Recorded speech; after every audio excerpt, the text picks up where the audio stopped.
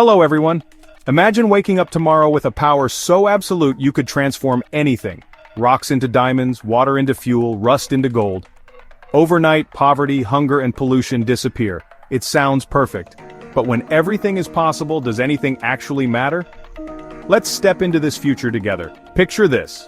You walk through a city where every building gleams, every person's needs are met, and nobody wants for anything. But then something weird happens. People start burning diamonds for warmth. Gold piles up in the streets. When scarcity dies, value dies with it. All that glitters is now just stuff. Suddenly, new forms of wealth emerge. Maybe it's social status, rare ideas, or even unique memories. But paradise? Not quite. Instead of fighting for food or money, we'd battle for control over reality itself. What if someone turns a lake into poison, or transforms every apple into plastic just to gain power? The old conflicts don't vanish, they just get stranger and a lot more dangerous. Now let's add the final piece, immortality. Imagine never dying, never saying goodbye. At first it's a dream. You could learn every skill, see every star, love anyone as long as you want. But after 1,000 years, or 10,000, what happens when you've done everything, loved everyone? The thrill fades, the meaning slips away. The thing that gives life its spark, its ending, is gone. Suddenly, the greatest wish isn't to live forever, but to find an escape. Secret groups form, desperate to rediscover mortality. The ultimate rebellion becomes the choice to end your own story. What was once heaven slowly twists into hell. So, if all our needs are met and we never die, what happens to our souls? Do we finally become our best selves, working together on dreams as big as terraforming Mars?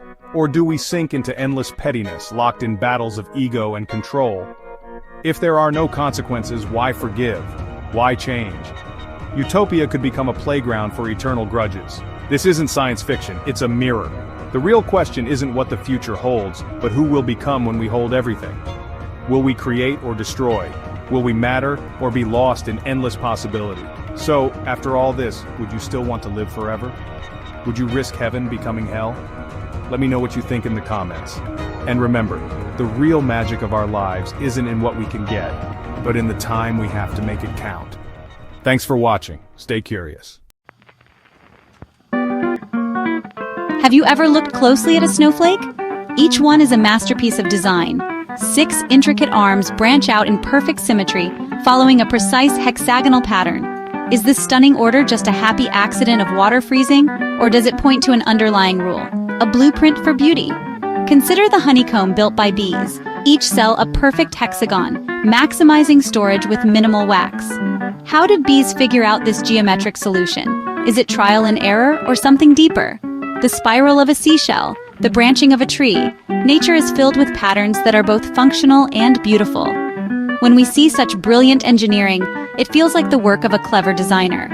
If you found a watch on the beach, you'd know it was made by someone. Why assume nature's far more complex designs are just accidents? Perhaps the patterns we see are not accidents at all, but signatures of an intentional mind. The universe seems to have a language of patterns that speaks to us. Some systems in biology are irreducibly complex, made of many parts all needed for the system to work. Think of a mousetrap. Remove one piece and it fails completely.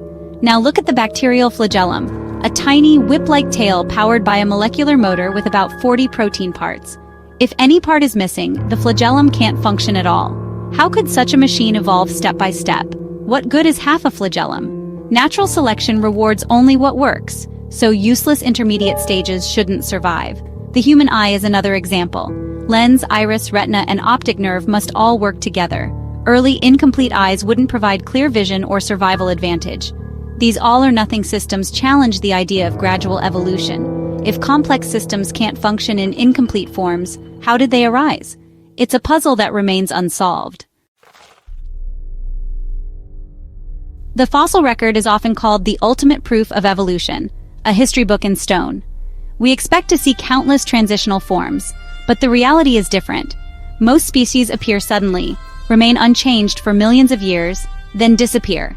This is called stasis. The coelacanth, thought extinct for 65 million years, was found alive and unchanged. If evolution is constant change, why do so many species resist it for so long? The Cambrian explosion saw most major animal groups appear all at once, with few clear ancestors.